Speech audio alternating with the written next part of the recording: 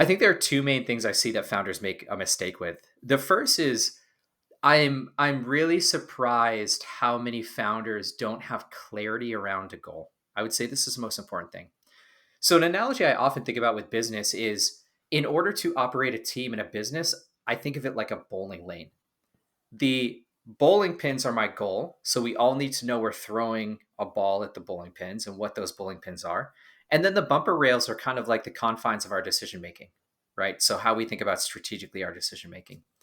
So the first thing I see really often is that founders are just like, well, I want to grow a business. Like I just want to build a business. And it's like, okay, what does that mean? Like, I just want to make more money. And it's like, okay, what does that mean? So when we get really clear and quantifiable with our goal, we then have real strong alignment, which means that we can disagree. Mm. And there's a really important nuance with that, right? If we don't have alignment, then we're all paddling a boat in a different direction. And there's a lot of subjectivity to like, oh, I want it done this way, but a team member thinks it's better this way.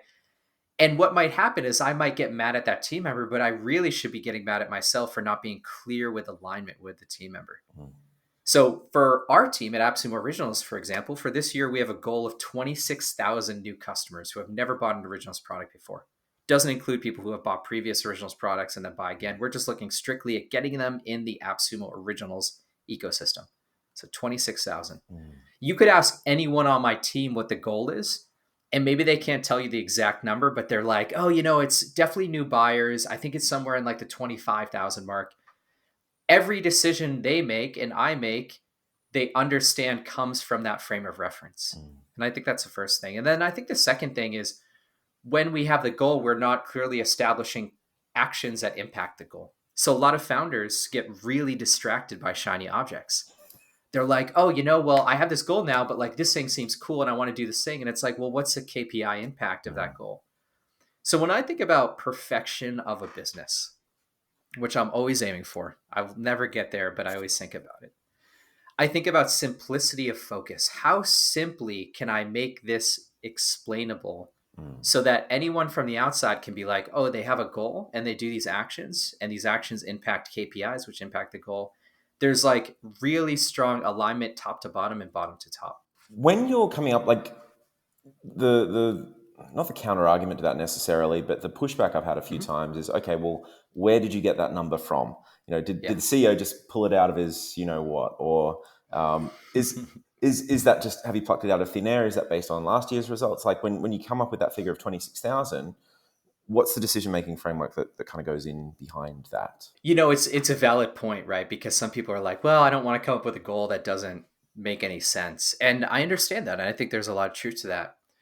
When we think about goals, we think about them in two ways, right? So what we're often doing with our business now, because we've been around for 6, 7 years, is we're building iteratively on the last year, right? So it might change, it might be a little bit more nuanced, but let's say my goal last year was 15,000 new buyers. This year, I'm like, well, I think we can get to 25,000 because of these concepts we have, Mm-hmm. or because of these strategies, which I think are really promising. Of course, like I just mentioned earlier, I'm also susceptible to over evaluating or thinking about the short term. So sometimes I'm wrong, sometimes I'm right. And outside of that, which is more relevant for new companies, because I'm sure there are people listening who are like, well, that's great. You have a 6-year-old company. Like, great, good for you. And I understand that. What I would say is true for smaller companies is when we create new products, which we create typically 1 to 2 new products every year, we don't really know what's going to happen, right? Like I have an upper range of excitement about that product that I can quantify as number of buyers or something. Mm-hmm. But I'm also really looking at the metrics to understand like where my baseline is of excitement. So for example, we launched a new product this year called BreezeDoc, Mm-hmm. which is a DocuSign alternative. So for e-signatures on documents. In the early days of the product, I was like, I have no idea what people are going to do with this product. I have hopes and I have dreams, but I don't know what's actually going to happen. So we just looked at the first month of data that came in and we're like, okay, this is a percentage of people executing a document within 7 days, sending a document to their recipients. This is a percentage of documents sent per week, whatever. We established different KPIs and then we use those kind of as baselines. So for really early stage companies, what I often recommend is maybe they don't even have clarity on a number or metric that they feel very strongly about. The first step is actually identifying something, because even if you're really wrong, moving in a direction will give you feedback to iterate that metric over time. So if I'm brand new and I'm like, well, I want to create a business, I want to get 100 customers by the end of the year. It gives me a North Star to march towards, as well as team members. And maybe I'm horribly inaccurate, but then I can establish in year 2 what my metric looks like. Or maybe I'm even doing it quarter to quarter. Hey, I want this amount of revenue this quarter, or I want this number of signups, or I want X or Y.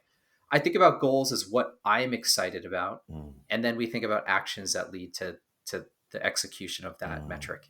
We had in StartupSauce, we had a mastermind a little while back, and there was one guy who was really successful, a bit more experienced than a few of the others on the call, and he asked them, what's your target for the year in terms of revenue or number of customers? And I've forgotten what it was off the top of my head, but he said you're not being ambitious enough. And so this is kind of the approach that he took, because on the one hand, there is the fact that people tend to overestimate what they can do in 1 year and underestimate what they can do Mm-hmm. in 5 or 10.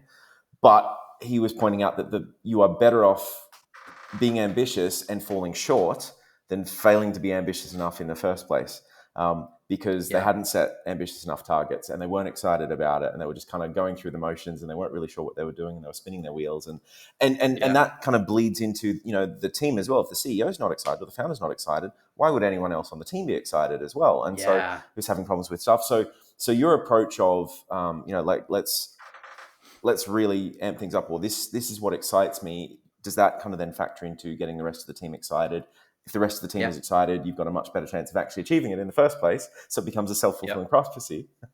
Oh, for sure. Yeah, you're so on point. And I think people misunderstand and don't understand what it means to be a CEO as they grow, right?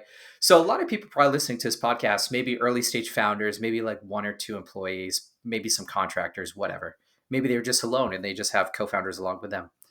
So the role of a founder, very early stage in many ways, is to just like find traction, right? To like find traction of something. So if I were to think about creating a business right now, what I would do is think about some markets that excite me, some concepts that excite me. I would find who my potential customers are, and I would go out and try to sell them. Hey, we have this product we're thinking about. Here's like a couple mock-ups of how it could potentially look. Is this interesting to you? And maybe they say yes, maybe they say no. And if they say yes, I'm like, great, give me $20 right now as a down payment. And that'll really show me you're interested. And as we build it, this will be discounted from your normal rate or whatever, right? This is very loosely concepted. But then as a business grows, what I think is really important for founders to understand is the role of a CEO and the role of a growing founder becomes, how do I set a culture of expectation? So how do I help the team understand the how we operate as a team? Like, what is important to us as values? Do we care about speed? Do we care about quality? Do we care about this vision, whatever it is? And then alignment on goal. So this is what I care about numerically. Right. And those two things combined, if we're doing those two things, even very early stage, setting a culture of expectation, matching our values and what we're excited about, setting alignment with our team on what we quantify as success, so that every team member, or even just myself and my co-founder, we understand together that we're moving in the right direction. A lot of businesses I see, because they don't quantify success, because they don't understand the direction they're going, they end up just kind of like spinning in circles a little bit. And I would much rather say, hey, my goal is to get 100 customers. I have a few things that excite me. I'm going to launch these products. I'm going to grow these products. And let me see where it goes in relation to alignment with the goal. I think that's way better than just being like, well, I have this idea. It's kind of cool. I just want to grow it. Let me just keep trying ideas out to grow it. And then we get to the end of the year and we're like, kind of flat idea. Business was a little lame this year. We wonder why. And then you don't get as motivated to continue with it, and then it starts this kind of vicious spiral downwards, right? In terms of yeah, Totally. I get it. Absolutely. Hey, it's Ryan here. If you liked that video, please click the like and subscribe button somewhere down there, and check out the full interview right over here. Go on, click it. You know you want to.